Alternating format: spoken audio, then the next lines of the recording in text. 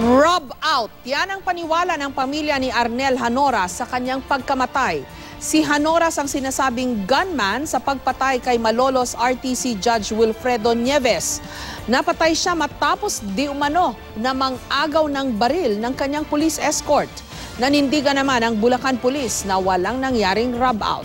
May report si Emil Sumangil. Muling nakita ni Angelica ang kanyang amaing si Arnel Hanoras mula nang mapatay ito ng police escort noong Lunes. Matapos daw natangkaing agawin ng baril ng kanyang bantay. Hindi napigil ni Angelica ang emosyon, lalo na nang makita ang mga tama ng amain. Gusto ko lang malaman yung totoo nila. Hindi raw masikmura ng kanilang pamilya ang mga akusasyong pagpatay kay Bulacan RTC Judge Wilfredo Nieves. Binabagabag sila ng tanong kung tunay bang nanlaban ang ama o sadyang itinumba. Wala nga akong pere, paano ko tutubusin? Kami lang tatlong magkakapatid, paano yun sa ginawa nila?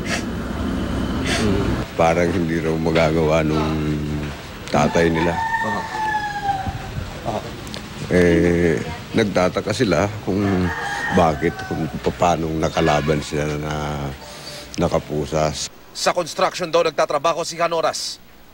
Ako duda ako sa pagkamatay sa kanya. Pwede ko naman alam na may mga kasos siyang iba. Sa ngayon nga ho, tinignan ko dito sa prosecutor, kung may nakapail siyang kaso, wala naman. Pero ang Bulacan Police nanindigang walang rob out na naganap. Iniimbestigahan na ang nasa 5 pulis na escort ni Hanoras, kabilang na si PO2 Patrick Perez na nakabaril daw sa suspect at si Malolos Police Chief, Police Superintendent Arwin Tadeo na sinasabing kasama rin sa police convoy. Iniimbestigahan din ng pulisya ang isang jail guard na umunoy nagmamay-ari ng bahay kung saan nadakip si Hanoras. Bagong information sa akin yan at isasama po natin sa course ng ating investigation.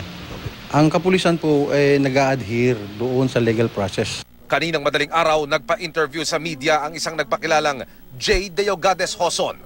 Siya ang umano'y alias Jepoy na nabanggit daw sa extrajudicial confession ni Hanoras na di umano'y nag-utos sa kanya para itumba si Judge Nieves.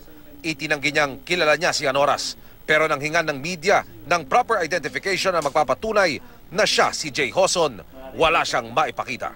Gusto ko lang pong linisin yung pangalan ko. Gusto kong umarap kahit po kanino, kahit po sa pamilya ni Judge Nieves, na para po malaman nila na wala akong kinalaman sa nangyayari niya. Magandang development ito, yung paglutang niya for him to be able to answer the murder charge filed against him po. Mula dito sa Malolos, Bulacan, Emil Sumangil, GMA News.